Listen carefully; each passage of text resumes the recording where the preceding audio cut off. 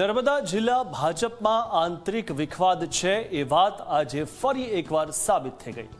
રાજપીપળામાં આજે કંઈક એવું બન્યું જેનાથી ધારાસભ્ય કાર્યક્રમ છોડીને બહાર નીકળી ગયા અને ધરણા પર બેસી ગયા। ભાજપના સિનિયર નેતા અને સાંસદ મનસુખ વસાવા પણ ધારાસભ્યના સમર્થનમાં આવ્યા। આખરે કેમ ગુસ્સે થઈને રાજીનામું આપવા તૈયાર થયા ધારાસભ્ય, જુઓ આ અહેવાલમાં।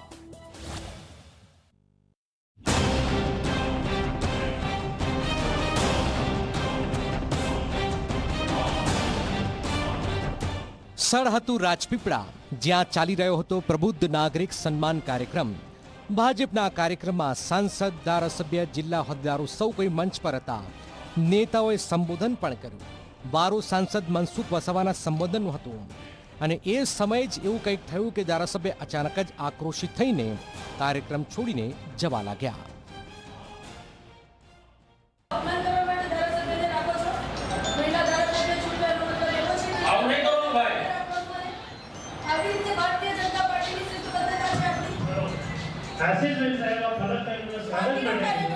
स्वागत માટે કઈ ગુના નથી, કઈ નથી, મેં સ્પેશિયલ ગુના મંગાયા છે। એ ના બોલાવો છો અહીંયા ગાડી અપમાન કરવા માટે અહીંયા બોલાવો છો? ના સાહેબ, તમે પ્રભારી મંત્રી છો ને, તમે જુઓ છો સવારથી કાર્યક્રમ કેવી રીતના ચાલી રહ્યા છે। અમારું અપમાન કરવા માટે બોલાવો છો તમે? વ્યવસ્થા માટેનો મામલો। આ ચૂંટણીમાં જીતાઈને આવેલી છું, કોઈ ઉપરથી પેરાગ્લાઇડિંગ કરીને નથી આવી હું।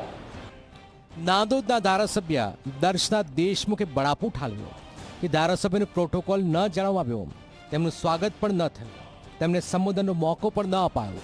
ડોક્ટર દર્શના દેશમુખ એટલા ગુસ્સે થયા કે તેઓ ગાંધી ચોક ખાતે ધરણા પર બેસી ગયા અને રાજીનામું આપવાની તૈયારી બતાવી। ટોટલી પૂર્વ પ્લાન પૂર્વક આખું ઉપેક્ષા કરીને, અપમાન કરીને આ બેનને બધા લોકોની વચ્ચે કેવી રીતના નીચા દેખાડવું, ધારાસભ્યને કેવી રીતના નીચા દેખાડવું અને જાહેરમાં બધાની સામે એવું સાબિત કરવું કે ભાઈ જિલ્લા સંગઠનનો હાથ કેટલો ઊંચો છે અને જિલ્લા સંગઠનના પ્રમુખ નીલ રાવ નું કેટલું ઉપજે છે, કેટલું ચાલે છે કે ધારે તે કરી શકે, એવું એક સાબિત કરવાનો એક પ્રયાસ કરવામાં આવ્યો।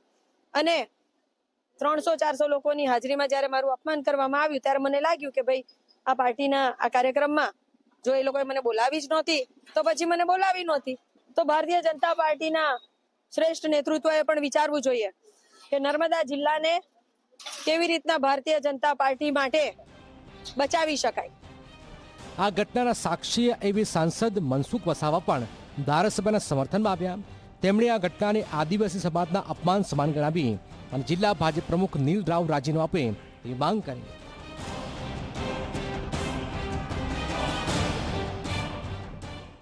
આજે મહિલા ધારાસભ્યને આ રીતના હળહળતો અપમાન થાય એ યોગ્ય નથી। મેં જાહેર મંચ પર કીધું મેં કે દર્શનાબેન ધારાસભ્ય નું અપમાન નથી, આ સમગ્ર આદિવાસી સમાજનું અપમાન છે, સમગ્ર મહિલાઓનું અપમાન છે। આજે મહિલા ધારાસભ્ય છે, આ નીલ રાવની એક પ્રકારની ખોટી માનસિકતા છે અને સતત ને સતત દર્શનાબેન ધારાસભ્ય બન્યા છે તો કોઈ ને કોઈ રીતને એને ડિસ્ટર્બ કરે છે।